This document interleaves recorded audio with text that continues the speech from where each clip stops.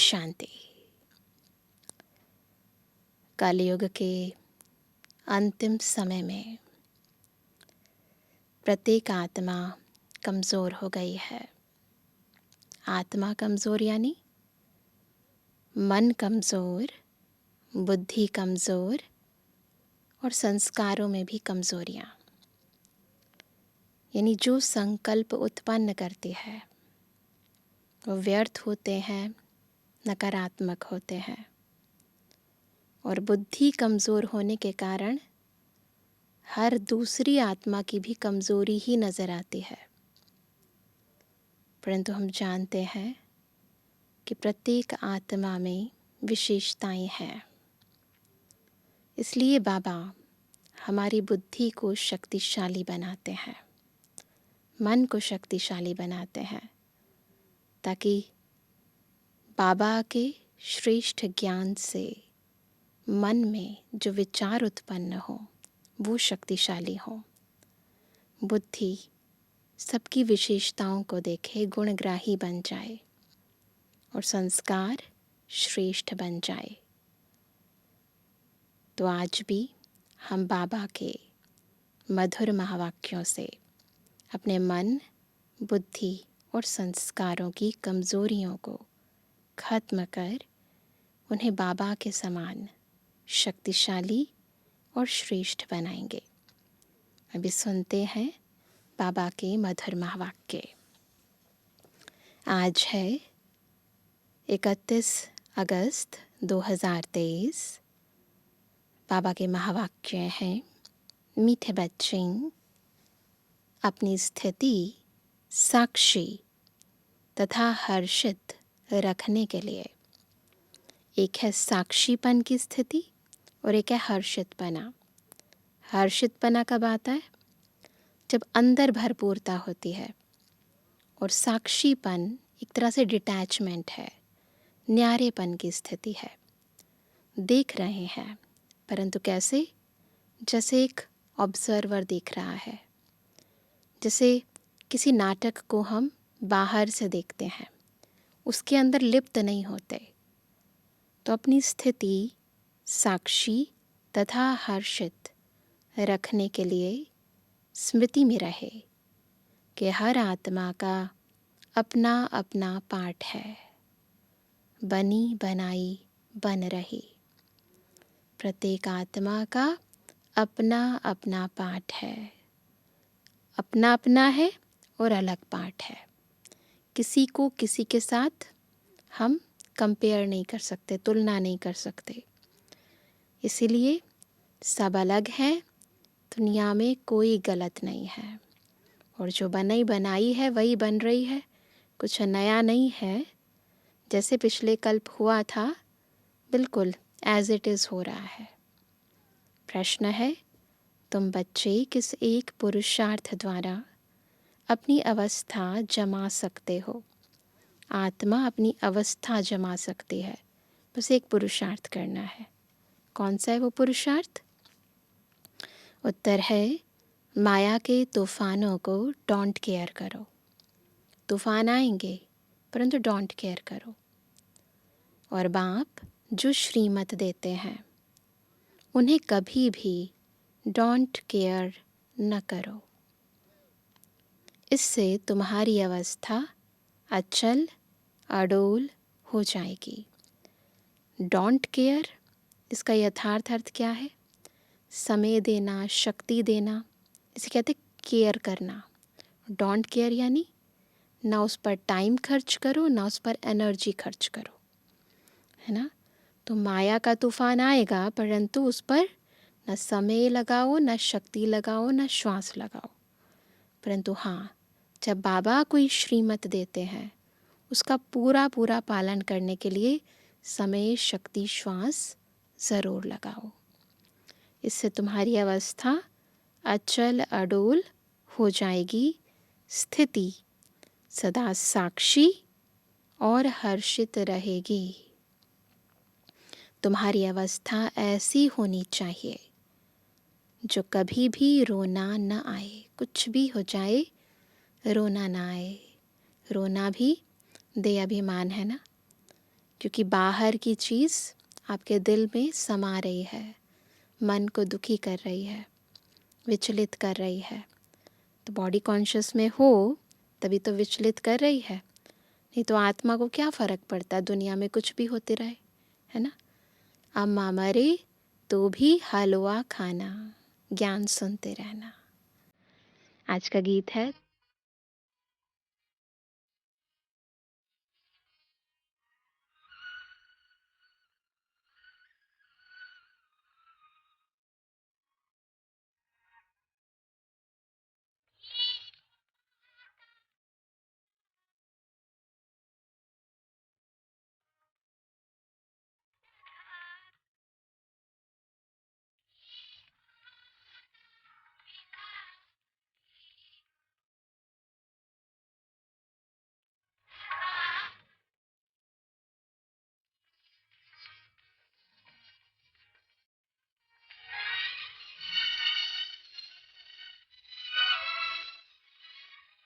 ओम शांति।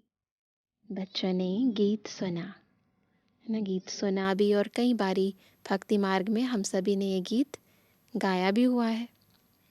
अक्सर करके भक्ति मार्ग वाले मंदिरों में जाते हैं, चाहे शिव के, चाहे लक्ष्मी नारायण के, चाहे राधे कृष्ण के, या अन्य देवी देवताओं के मंदिरों में जाएंगे।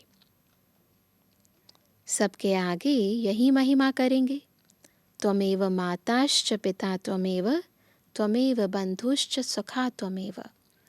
फिर कहते हैं त्वमेव विद्या च द्रविड़म त्वमेव, माना तुम मात पिता भी हो, पढ़ाने वाले भी हो।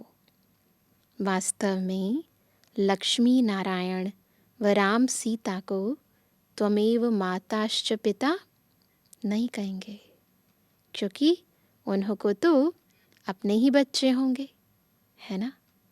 वह ऐसी महिमा नहीं गाएंगे। वास्तव में महिमा एक शिव की है। ये जो हम गीत गाते हैं ना, त्वमेव माताश्च पिता त्वमेव, ये किसकी महिमा है? एक शिव बाबा की। वह महिमा गाते हैं देव देव महादेव, माना तुम ब्रह्मा विष्णु शंकर से भी ऊंच हो। देवों के देव महादेव, और देव मुख्य कौन है? ब्रह्मा विष्णु और शंकर। भक्ति मार्ग में तो कोई अर्थ समझ ना सके, भक्ति मार्ग में तो अर्थ के बारे में सोचते भी नहीं है कि इसकी डिटेल में जाएं, विस्तार करें। नहीं, जो बोला जैसे बोला ठीक है। अब बाप कहते हैं तुमने भक्ति बहुत की है, अब तुम मेरे से समझो और इस पर गौर करो कि सच क्या है, झूठ क्या है। तुम बच्चे अब समझते हो। बाप के बारे में और देवताओं के बारे में जो भी महिमा करते हैं वह सारी रॉन्ग है। अभी जो तुमको मैं समझाता हूँ वही राइट है। बच्चों को समझाते हैं यह उल्टा वृक्ष है, इसका बीज है परमपिता परमात्मा, वह ऊपर में रहते हैं। वह तो चैतन्य बीज है ना, तुम ठहरे बच्चे। कई कहते हैं कि सब बीज आदि में भी आत्मा है। कई ऐसे कहते हैं ना कि जो प्लांट्स हैं उनमें भी आत्मा है, लेकिन वह तो जड़ है ना। बाप को कहा ही जाता है मनुष्य सृष्टि का चैतन्य बीज रूप। अब मनुष्य गाते हैं ओ गॉड फादर। अच्छा, झाड़ को तुम चैतन्य ज्ञान सागर नहीं कहेंगे। मनुष्य में यह ज्ञान है कि यह बीज है। बीज में ज़रूर झाड़ का ज्ञान होना चाहिए, परंतु जड़ होने के कारण बता नहीं सकते।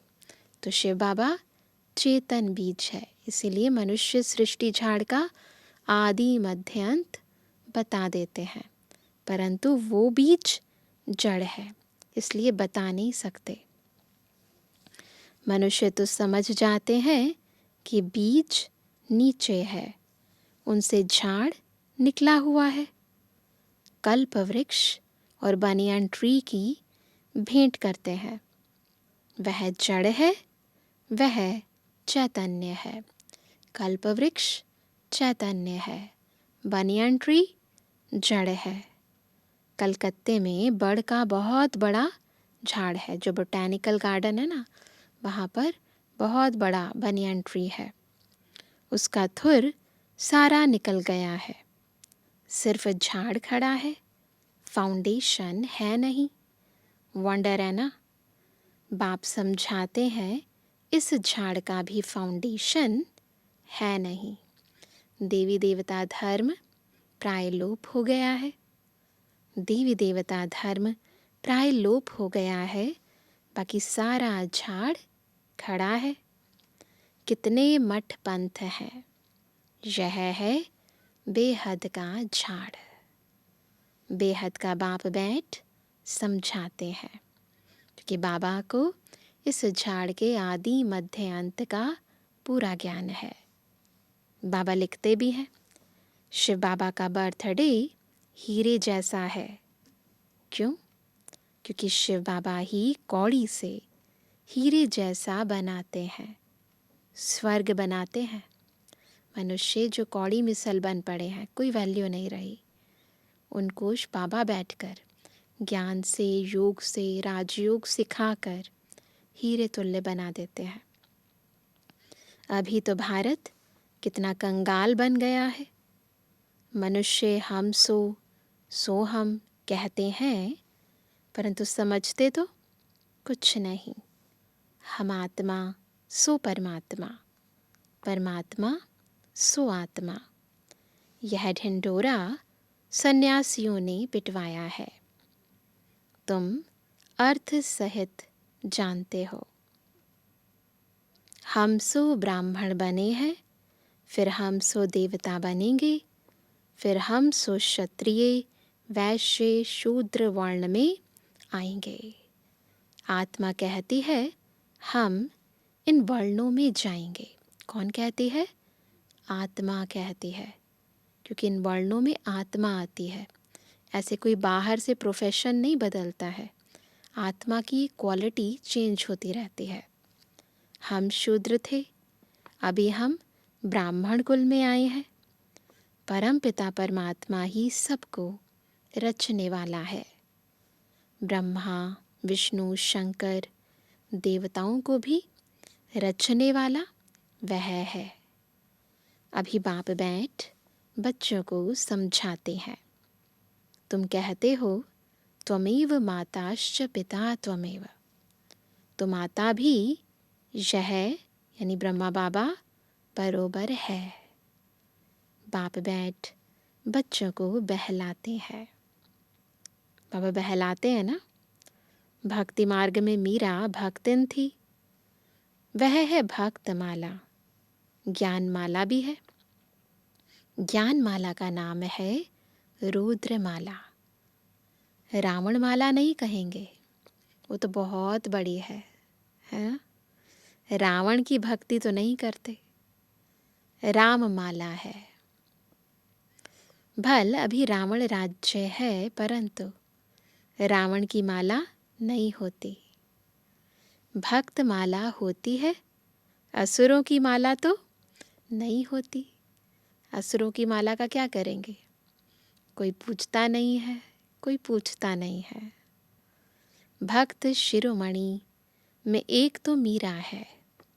उनको श्री कृष्ण का साक्षात्कार होता था। लोक लाज सारी खोई थी। सेकंड नंबर में शिरोमणि भक्त कौन है? सबको पता है ना, नारद। हाँ, उनका गायन है, दृष्टांत दिया जाता है। यह तो सब बातें बैठ बनाई हैं, रियल नहीं है। दृष्टांत जो भी देते हैं ना, एग्जाम्पल्स देते हैं, तो वह कहते हैं कि ये सब बातें बैठ बनाई हैं, रियलिटी में ऐसा कुछ नहीं होता है। बाप कहते हैं कि मेल फीमेल सब सीताएं हैं। वो जो कहानी बताते हैं रामायण में, उसमें सीताएं कौन हैं? हम आत्माएं।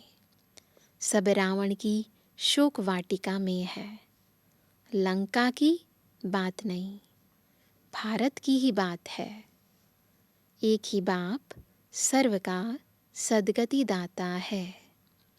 लंका की बात नहीं है, यहाँ की ही बात है, भारत की ही बात है। एक बाबा, वही सच्चा राम है जो हम सबकी गति सद्गति करते हैं। वह एक ना हो तो भारत कुछ काम का नहीं है। सबसे जास्ती पतित और सबसे जास्ती पावन भारत ही बनता है। भारत ही सबसे बड़ा तीर्थ स्थान है। भल अपने अपने पैगंबरों के तीर्थों पर जाते हैं, परंतु सबका सद्गति दाता एक बाप है। भारत ही अविनाशी खंड है। बाप कहते हैं, मैं यहाँ आकर भारत को जीवन मुक्ति देता हूँ, बाकी सबको मुक्ति देता हूँ। जो मूल भारतवासी हैं उनको बाबा जीवन मुक्ति देते हैं। बाकी जितनी भी आत्माएं हैं वो मुक्ति धाम में जाएंगी। सबका सद्गतिदाता मैं हूँ। सचखंड स्थापन करने वाला बाप एक ही है। सचखंड में राज्य करने के लिए बच्चों को लायक बनाते हैं, खुद राज्य नहीं करते। बाप बैठ समझाते हैं, मैं कल्प कल्प आता हूँ भारत को सद्गति देने, बाकी सबको गति में वापस ले जाता हूँ। हर एक मनुष्य मात्र की जो आत्मा है, हर एक में अविनाशी पाठ भरा हुआ है। ये बहुत सूक्ष्म बातें हैं। प्रत्येक मनुष्य में जो आत्मा है उसमें अविनाशी पाठ भरा हुआ है। इसको कहा जाता है बनी बनाई बन रही। अविनाशी पाठ है जो हूबहू रिपीट होता रहता है। इसी कारण ये कहावत है कि बनी बनाई बन रही, अब कुछ बननी नाही। समझो, किसका बाप मर गया, उसने जाकर दूसरा जन्म लिया। अब रोने से क्या होगा? वापस तो नहीं आएगा ना। साक्षी होकर देखना है।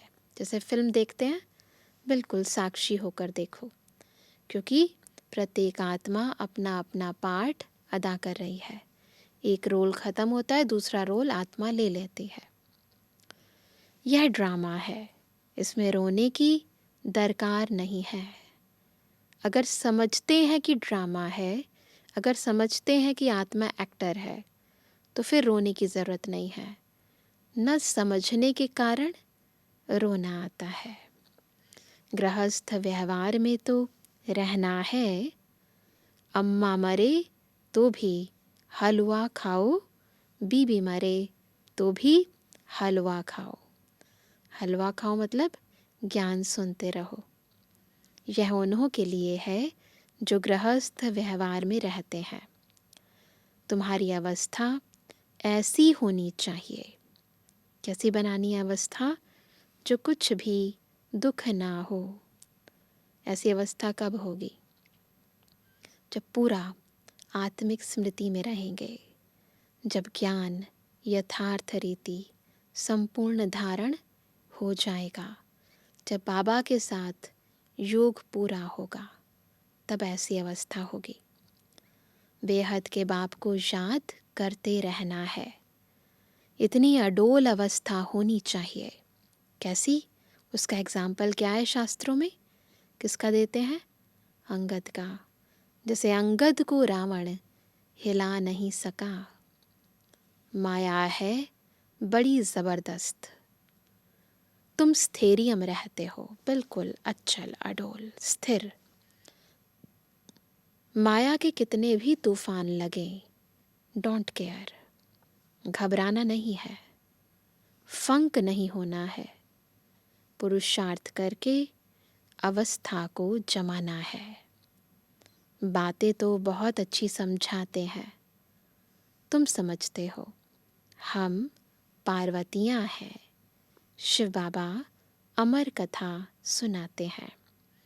बाबा ने कौन सा टाइटल दिया? पहले कहा हम कौन हैं? सीताएं हैं, अंगद हैं, अब क्या है? पार्वतियाँ हैं। तो हम सच्ची सच्ची पार्वतियों को, जो पार्वतन में रहने वाली हैं, उनको अमरनाथ बाबा अमर कथा सुना रहे हैं। इस कथा को सुनने से हम आत्माएं अमरपुरी में चली जाएंगी। अमरलोक में है आदि मध्य अंत सुख। इस मृत्यु लोक में तो आदि मध्य अंत क्या है? दुख ही दुख है। त्योहार आदि सब इस समय के हैं।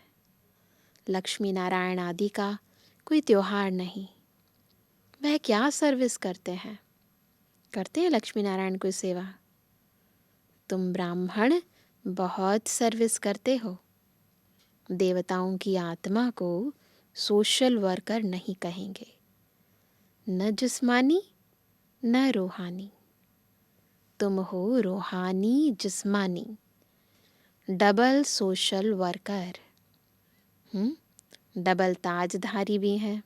तो आज बाबा ने हमें एक नया टाइटल दिया। हम कौन है? Double social worker. रूह की भी सेवा करते हैं और जिस्म की भी सेवा करते हैं। अच्छा, मनुष्यों को नष्टो मोहा बनने में मेहनत लगती है। क्यों लगती है मेहनत? क्योंकि उनके पास कोई एम ऑब्जेक्ट नहीं है। एम ऑब्जेक्ट नहीं है तो इसीलिए नष्टो मोहा बनने में मेहनत लगती है। यहाँ तो तुमको प्राप्ति बहुत है, तो बहुत नष्टो मोहा होना चाहिए ना। क्यों मोह नष्ट करा रहे हैं इस दुनिया से? क्योंकि ये दुनिया जाने वाली है। तो फिर जाने वाली चीज़ से मोह रखेंगे तो दुख होगा ना। और इसको छोड़ेंगे तभी तो नई दुनिया मिलेगी, है ना। दोनों को इकट्ठे कैसे रखेंगे? यदि आपके पास एक ही है मन, बुद्धि, संस्कार, तो मन में या तो पुरानी दुनिया की यादें रखो या फिर नई दुनिया की, है ना। और जो चीज़ आपको सुख देने वाली है, प्राप्ति कराने वाली है, आगे बढ़ाने वाली है, उसी को रखोगे तो फ़ायदा है। तो हमारे पास लक्ष्य है कि हमें क्या बनना है, कहाँ जाना है, इसलिए हमें इस दुनिया को छोड़ना है ना। मंजिल है आगे चलकर, मुझे क्या बनना है, इसलिए मुझे इस किनारे को छोड़ना है। बाकी दुनिया वाले, उनके पास तो कोई लक्ष्य नहीं है कि क्या मंजिल है, कहाँ जाना है, इसलिए छोड़ नहीं पाते हैं। बाबा इसीलिए कहते हैं एक बाबा के साथ योग लगाना है। बाबा, ओ मीठे मीठे बाबा, आपको हमने पूरा जान लिया है। आगे तो सिर्फ कहने मात्र गॉडफादर कहते थे, बोल दिया, फीलिंग तो नहीं आई ना। अभी तो आप आए हो फिर से स्वर्ग की राजाई देने। यह कलयुग तो कब्रिस्तान होने वाला है, इसलिए हम इसको क्यों याद करें। बाप कहते हैं इस कब्रिस्तान में गृहस्थ व्यवहार में रहते मुझे याद करो। यह तो बहुत सहज है। जैसे भक्ति मार्ग में मनुष्य श्री कृष्ण की पूजा करते रहते हैं, बुद्धि धंधे धोरी में भागती रहती है, मन का घोड़ा कहाँ न कहाँ भागता रहेगा तवाई के मुआफिक, जैसे कुछ पता ही ना हो, है ना। बाप कहते हैं कि शरीर निर्वाह करते बुद्धि का योग मेरे साथ लगाओ। मेरी याद से तुम्हें बहुत प्राप्ति होगी, और सबसे तो अल्पकाल की प्राप्ति होती है। कितनी नौधा भक्ति की, अच्छा फिर क्या हुआ? साक्षात्कार किया, बस ना। मुक्ति, जीवन मुक्ति तो नहीं मिली। बाबा चाहते हैं कि हम उस तरफ जाएं, उस और अपना मन बुद्धि लगाएं जहाँ प्राप्ति है, जहाँ से आत्मा को अनुभव है कि बहुत कुछ गंवाया है, दुख मिला है, उस और फिर दोबारा मन बुद्धि ना लगाएं। तो बाबा कहते हैं, अब बाप कहते हैं कि तुम 21 जन्मों के लिए विश्व के मालिक बनते हो। स्वर्ग में गर्भ भी महल होता है, वहाँ दुख बिल्कुल भी नहीं है, किसी भी रूप में नहीं है। यहाँ तो गर्भ जेल है। लोग श्री कृष्ण जन्माष्टमी आदि कितना धूमधाम से मनाते हैं, है ना। तुम्हें सिर्फ मनाना नहीं है, और क्या करेंगे? लेकिन सबको समझाना है कि श्री कृष्ण का जन्म कब हुआ, उसका यथार्थ अर्थ समझाना है। श्री कृष्ण जी का जन्म कब हुआ, कैसे हुआ, पूरी डिटेल बतानी है।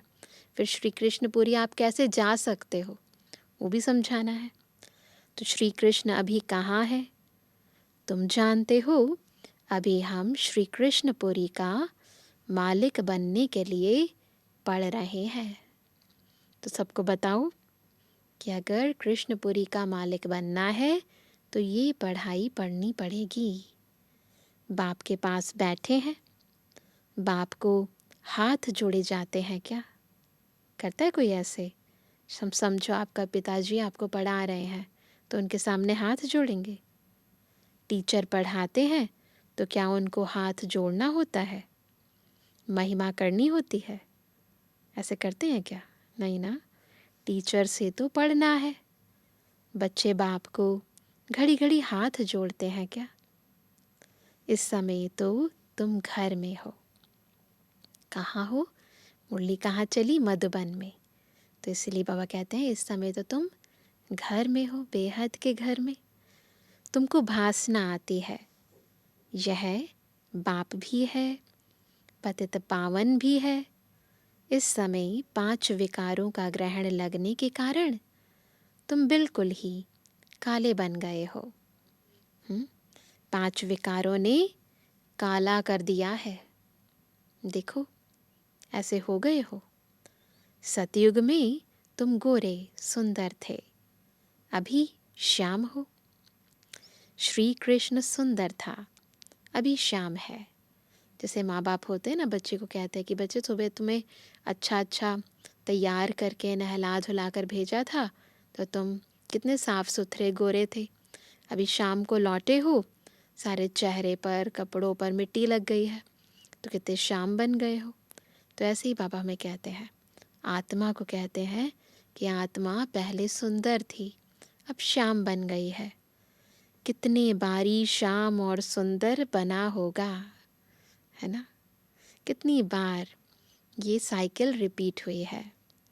कंसपुरी ही कृष्णपुरी बन जाती है, कृष्णपुरी फिर कंसपुरी बन जाती है। तो दुनिया का ये चक्र चलता रहता है।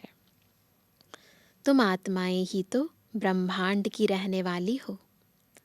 ब्रह्म तत्व कहा जाता है। अहम ब्रह्म कहना भी भ्रम है। तुम ब्रह्मांड के मालिक हो। तुम्हारा सिंहासन ब्रह्मांड है। हम आत्माओं का सिंहासन ब्रह्मांड है। वहाँ पर जाकर हम आत्माएं विराजमान होंगी। बाप कहते हैं, मैं तो ब्रह्मांड का मालिक हूँ ही। तुम आत्माएं भी कहती हो। हमारा देश वास्तव में ब्रह्मांड है। स्वदेश कौन सा है? ब्रह्मांड।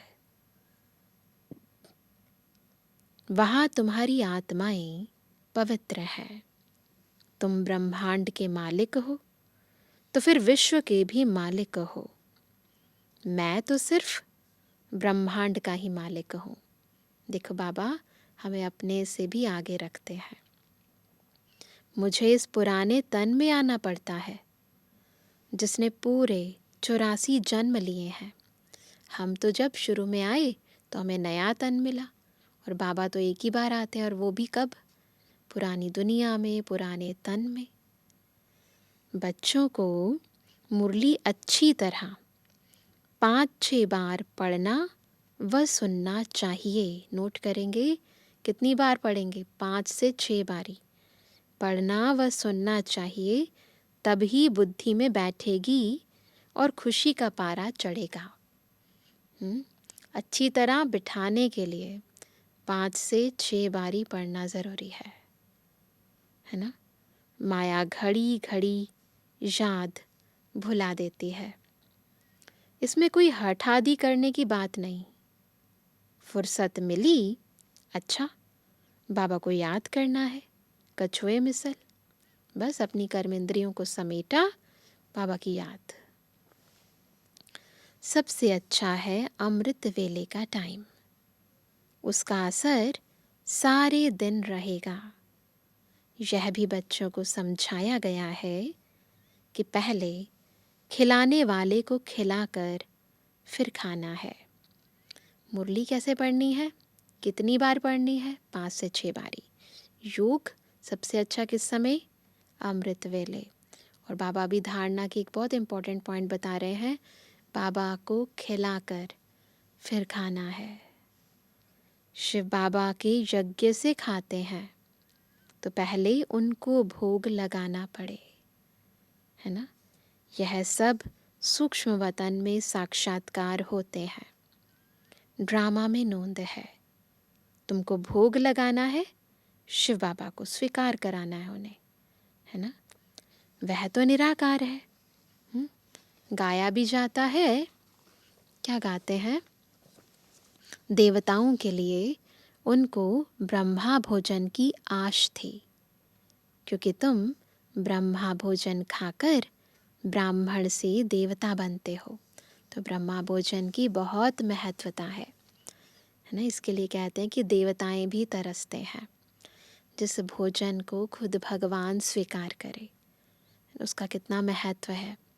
और खुद बाबा को स्वीकार कराने का इतना बड़ा सौभाग्य केवल हम ब्राह्मण आत्माओं को मिलता है। पहले भी कराते थे, परंतु यथार्थ बाबा को जानते तो नहीं थे ना। अभी डायरेक्ट बाबा को भोग लगाने का हमें कितना अच्छा अवसर मिला है, तो इसको खोना नहीं है। सूक्ष्म वतन में देवताएं आते हैं, महफिल लगती है, यह सब खेल पाल है। अच्छा तो मतलब कि सितारों पर याद प्यार नंबरवार पूछा करता। रूहानी बच्चों की रूहानी बाप दादा को गुड मॉर्निंग, नमस्ते नमस्ते नमस्ते। धारणा के लिए मुख्य सार। पहला, बुद्धि में पूरी एम ऑब्जेक्ट रख नष्टो मोहा बनना है। इस कब्रिस्तान को भूल बाप को याद करना है। रूहानी जिस्मानी सेवा करनी है। दूसरा, खिलाने वाले को खिलाकर फिर खाना है। अमृत वेले का समय अच्छा है, इसलिए उस समय उठकर बाप को याद करना है। मुरली 5-6 बार सुननी व पढ़नी ज़रूर है। कितनी सारी धारणा की पॉइंट्स हैं, याद रहेंगी? यहाँ से जाएंगे ना तो रास्ते में रिपीट करते जाएंगे ना तो याद रहेंगी, परंतु फिर 1 घंटे या 2 घंटे के बाद सोचेंगे तो वरदान स्लोगन भी याद नहीं रहेगा। तो तुरंत उसी समय जैसे उगारना शुरू कर दो, फिर याद रहेगा। वरदान है, अलौकिक स्वरूप की स्मृति द्वारा अलौकिक कर्म करने वाले सदा समर्थ आत्मा भव। सदा समर्थ आत्मा कैसे बनेंगे? जब अलौकिक स्वरूप की स्मृति द्वारा अलौकिक कर्म करेंगे। बाबा ने विस्तार से समझाया, ब्राह्मण जीवन अर्थात अलौकिक, हीरे तुल्य अमूल्य जीवन। इस अलौकिक जीवन की स्मृति से व अलौकिक स्वरूप में स्थित रहने से साधारण चलन, साधारण कर्म नहीं हो सकता। जो भी कर्म करेंगे वह अलौकिक ही होगा। तो पहले अलौकिक स्मृति रहे, मैं कौन हूँ। क्योंकि जैसी स्मृति होती है वैसी स्थिति होती है। स्मृति में रहे एक बाप दूसरा न कोई, तो बाप की स्मृति सदा समर्थ बना देगी। इसलिए हर कर्म भी श्रेष्ठ अलौकिक होगा। तो पहले स्मृति को अलौकिक बनाओ। कैसे बनाएंगे? एक बाप दूसरा ना कोई। स्लोगन है, स्व उन्नति का यथार्थ चश्मा पहन लो। कौन सा चश्मा पहनना है? हाँ, स्व उन्नति का यथार्थ चश्मा पहन लो तो सबकी विशेषताएं ही दिखाई देंगी। चश्मा पहन के रखेंगे। तो चलो आज यही होमवर्क करते हैं कि मुझे क्योंकि अपनी उन्नति करनी है तो स्व उन्नति का यथार्थ चश्मा पहन कर रखेंगे। और उसमें क्या है? क्योंकि मुझे उन्नति करनी है तो विशेष आत्मा बनना है, तो सबकी विशेषताएं देखनी है, हर बात में कल्याण समझना है। और जो इम्पोर्टेंट बात वरदान में बाबा ने कहा कि सदा याद रहे, मैं आत्मा हूँ, एक बाप दूसरा न कोई। जब इस श्रेष्ठ स्मृति में रहेंगे तो अलौकिक स्मृति रहने से हमारे बोल, हमारे कर्म, हमारे संकल्प भी अलौकिक हो जाएंगे। तो इसीलिए होमवर्क ऐसा करें जो हम चलते फिरते उठते बैठते कर सकें, है ना। चलते फिरते स्मृति में क्या रहे? एक बाप दूसरा ना कोई। सबकी विशेषताएं मुझे देखनी है क्योंकि मुझे अपनी उन्नति करनी है। दूसरों के लिए कुछ नहीं कर रहे, किसके लिए? अपने लिए कर रहे हैं। तो सबकी विशेषताएं देखो, मैं आत्मा हूँ, बाबा मेरे साथ है। तो ऐसे हर कर्म करते उन्नति को पाते जाओ। कर सकते हैं, ट्राई करना, देखो बहुत अच्छा होगा और बाबा की विशेष मदद भी मिलेगी। ओम शांति।